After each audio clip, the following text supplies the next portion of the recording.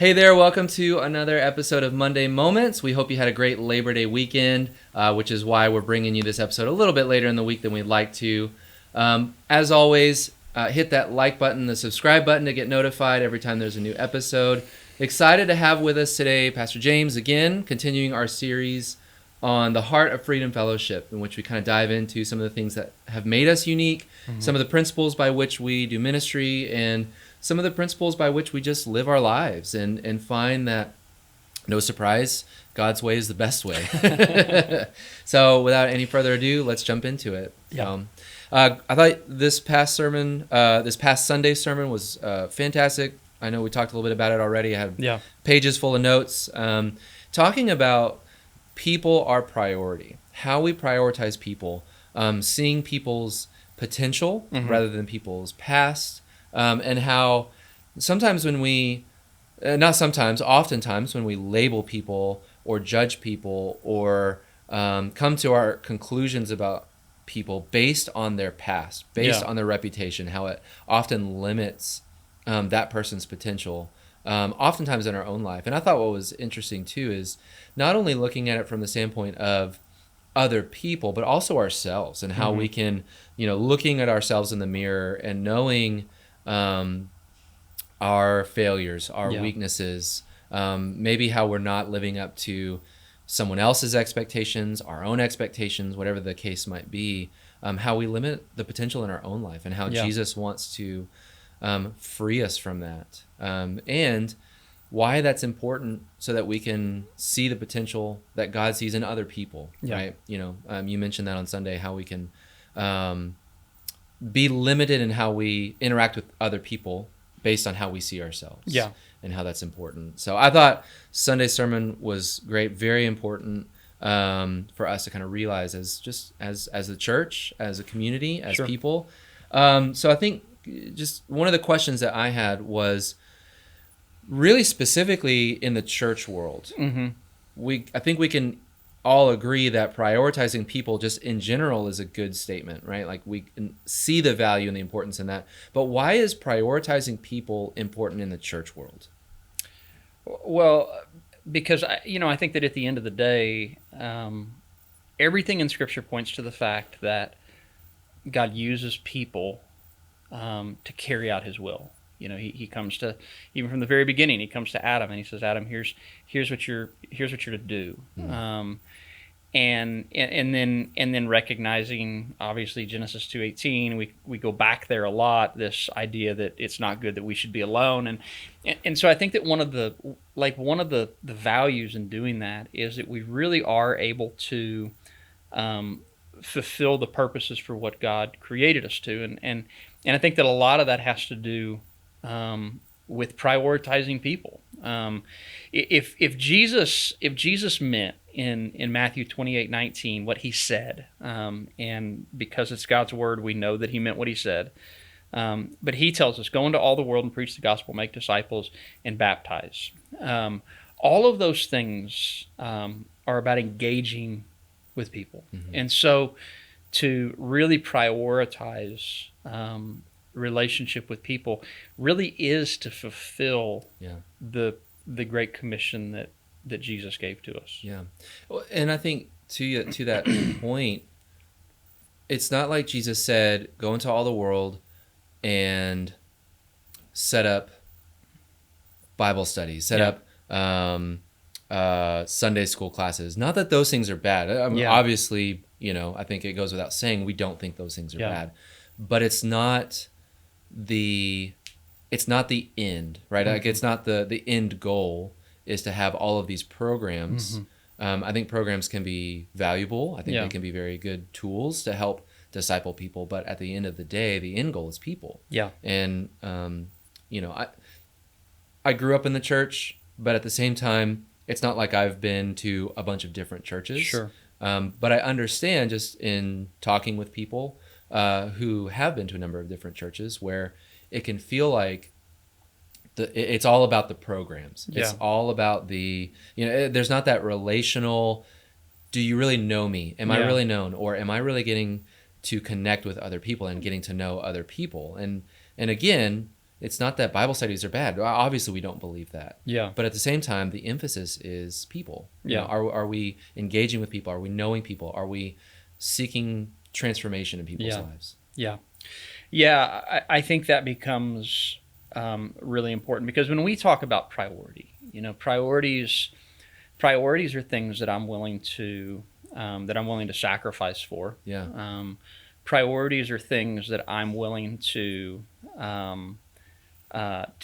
spend my resources on, my time, my energy, all of these different things. And when we talk about priority, like prioritizing people, we're saying that people are worth the sacrifice. Like relationships are worth the sacrifice. And I think that sometimes we can just kind of get caught into this, like we're just going to pigeonhole someone into, they're having a hard time in their life, and it's a whole lot easier to provide them with resources than it is to provide them with time. But prioritizing people means I'm gonna give you the things that are most valuable to me, which is my time and my energy and my focus. And I think that we've all been in situations where we can definitely tell that even though we're with a group of people, we're not the priority. Like there's another agenda going on. And you just didn't ever see that with Jesus. Yeah. Like when Jesus was with people, people were they were the focus. That was absolutely why he was there. And you read multiple times through the Gospels when Jesus would see people and it would say things like, he would look upon the people and he was moved with compassion. Yeah. And what's interesting is a lot of those things happened at difficult times in Jesus's life. One, when he received words that his cousin John the Baptist had just been murdered by the queen, beheaded by the queen, and he's going up to the mountain to go be alone and to grieve and to no doubt speak to his father. But it says that he turns around and he sees the people and he sees the condition that they're in, and it says that he has compassion on them. And in that moment, he makes a decision that he is going to prioritize the people, really even over some of the own stuff that was going on in his own life. And I think that if that's not our model, if we're waiting for relationship to be convenient, if we're waiting for our interactions with people to be comfortable, or for there not to be anything that's really required of us in that, I don't know if that really falls into the category of priority. Yeah. And I think sometimes, and I can just, personally, my own struggle is, I think just something that's common to all of us is relationships are messy oftentimes, and it gets challenging when it doesn't fit into these nice little compartments and it's clean and it's orderly, but that's just the nature of it. Yeah. And I think there's the word that comes to my mind is worth. Yeah. Do I really believe that people are worth it? Yeah. Do I really believe that these people that God has brought into my life are worth whatever inconvenience, mess, whatever the situation might be? And the answer is always yes. Yeah. Because Jesus thought I was worth it. Yeah. He thought I was worth going through all of the pain and suffering that he went through. And therefore, I ought to think the same way about other people. Mm-hmm. They are worth it. Yeah. But what happens when we don't prioritize people?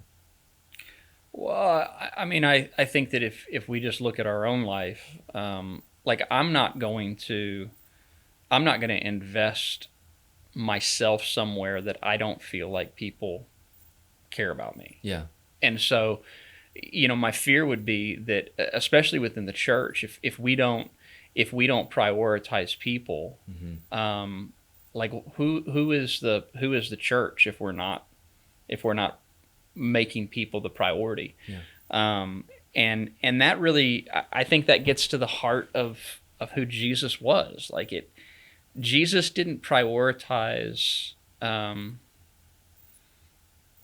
the things that didn't have to do with the people, and I think that frustrated a lot of people.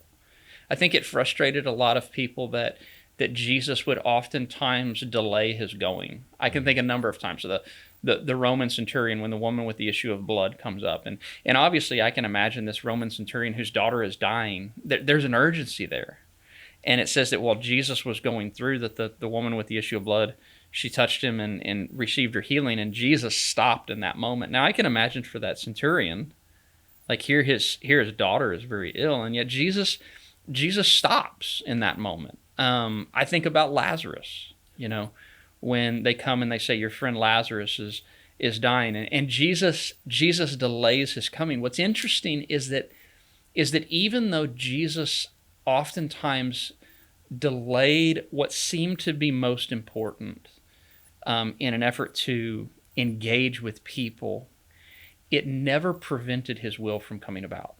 The centurion's daughter was still healed. Yeah. Lazarus was still raised from the dead. And I think that sometimes we get that priority in our mind that says, well, I'm already committed to this, and so I can't sacrifice for this person right now who's got a problem. And I think that unfortunately leaves us with the assumption that says what I'm doing right now deserves the greatest priority. Yeah. When oftentimes what I'm doing right now maybe doesn't have a lot to do with people. And so, you see that. And I think that when we stop doing that, yeah.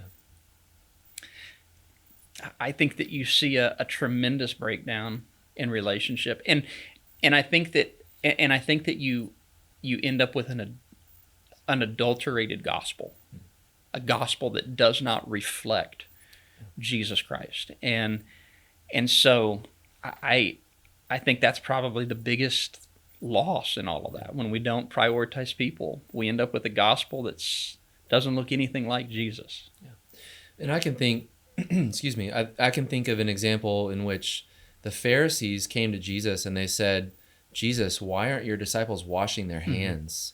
And Jesus goes on to say, it's not what goes into a man that makes him unclean, it's what comes out of him. And so to me what that says is the Pharisees had gotten their eyes, or they had elevated, is maybe a better way to say that, they had elevated the letter of the law above the spirit of the law. Yeah. And they were so consumed with following these written rules and these listed out instructions that they forgot that the purpose was people. And we see that, Jesus healing people on the Sabbath, right? Like we just had our Sabbath series, and that was a lot of what we talked about, is how, the Pharisees, unfortunately, at least the ones that we read most often about in the Gospels, had prioritized religion over relationships, or, the letter of the law over the spirit of the law. And yet Jesus came and said, the Sabbath was made for man, not man for the Sabbath. And so it was Jesus coming and sometimes literally, sometimes metaphorically turning the tables, flipping the tables and saying, this is really what it's all about. This is what's most important. And so I think when we don't prioritize people, we get kind of what you said, is we get people who are loaded up with burdens. Yeah. We don't have that caring for one another. Yeah. Meeting people's needs. Like I think there ought to be, and the way that Jesus designed it. And that was, the scripture that comes to mind is bear one another's burdens and also bear your own. And and that really is that's a pretty good picture of what the gospel is to look like, as to what does it look like to bear one another's burdens. And that's what Jesus said. Jesus says, lay down your burdens and take up mine. Yeah. That he set the example of, let me help you carry what you've got going on, and I really do think that's what that prioritizing, not rituals and the religion and all of those things, but to really just be able to look at people and go, how can I walk alongside this person? And I think it's important to note, just a small note, that we see, look, the law is not unimportant, right? Even Jesus validated the law. He said, the law will not pass away. Not one little stroke of the law will pass Yeah. away, but he fulfilled it, right? Yeah. So obviously the Pharisees following the law was not a bad thing. Mm-hmm. It was the position to which they elevated it, just Yeah. like, programs or whatever are not bad. It's just, are we prioritizing the right things? What, just in kind of wrapping up, what practical advice would you give to someone to help them apply this principle in their life, whether it's for themselves or for other people? Yeah, I say that, first like the very first thing that has to happen is that we have to see people rightly. And to use an illustration from Jesus, Jesus goes to the blind man. And it says that the blind man had been calling out to him, and he goes over and he makes the balm, and he rubs it over his eyes, and he asks him, he says, can you see? He says, I see, but I see men as trees walking. And Jesus then does it again, where he wipes his eyes one more time until he sees things clearly. And I think that sometimes when it comes to making people a priority, I think that we see a vague outline, but we don't really see the same things that Jesus sees in a person's life. Yeah. And I would say that from a practical standpoint, like where do you begin to make people a priority? Well, I'll tell you that like the best place to begin with that is by just simply asking the Lord, will you help me to see people the way you do? Yeah. Because he's seeing something different than we do. And it's what happens when you see that Jesus had compassion on the people. He saw their suffering. He saw their brokenness. He saw their lack in their life. And I think that if we are really going to prioritize people, it begins with seeing them accurately. Yeah. And it was the same thing. Like Jesus, where the world saw greed, Jesus saw generosity in Zacchaeus' life. Yeah. Where the world saw someone who was a loner and who was separate from all of these things and kind of an outcast, Jesus saw a disciple. Yeah. And when we can begin to see that way, I think first and foremost it changes the way that we respond to people. But I think that that's something really that the Lord has to do. And I think that too often times we're trying to process this life based upon what we can see. And Jesus, he saw things different. And so my prayer often, and even with my own kids, and when I'm dropping them off at school in the morning, Lord, help them have eyes to see what you see when you're dealing with other people. Because somebody can attack me, but if I see their pain behind that, my response to that is going to be completely different. And that's really what I think the first step for us is just to every day say, Father, would you give me your eyes to see people where they're at? And I love that simplicity of just asking. Yeah.